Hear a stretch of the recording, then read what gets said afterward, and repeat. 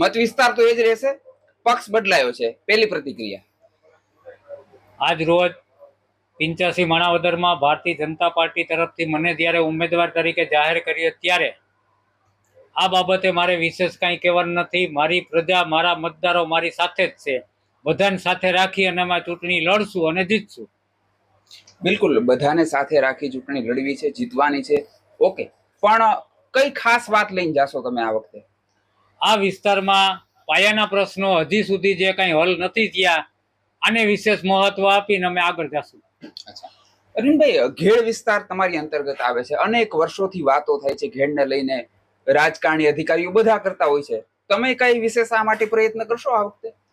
આ વિસ્તાર જે ઘેડ વિસ્તાર કહેવાય, એમાં કાયમી દર વર્ષે જ્યારે વધુ વરસાદ થાય ત્યારે હોનારતને કારણે આ વિસ્તારના ગામડાઓમાં, ખેતરોમાં પુષ્કળ નુકસાની થાય. જેના માટે ખાસ કરીને આ વિસ્તારની આવેલ બે નદીઓ ઓજત અને ભાદર, આ નદીને પોળી કરવાનું વિશેષ મારું મહત્વ રહેશે. ઓકે, આ વખતે ભાજપ દ્વારા દરેક જે પ્રતિનિધિને એના મેદાનમાં ઉતારવામાં આવે છે, એક જંગી લીડથી જીતવાનો સંકલ્પ કરવામાં આવે છે, મોટી વાતો કરાય છે. તમારી શું આશા છે? કેવા પ્રકારની જીતની તમે આશા સેવી રહ્યા છો? આ વિસ્તારની તો ઠીક, સમગ્ર ગુજરાતમાં આ વખતે ભાજપની જે કાંઈ જીત હશે એ કલ્પના બહારની હશે.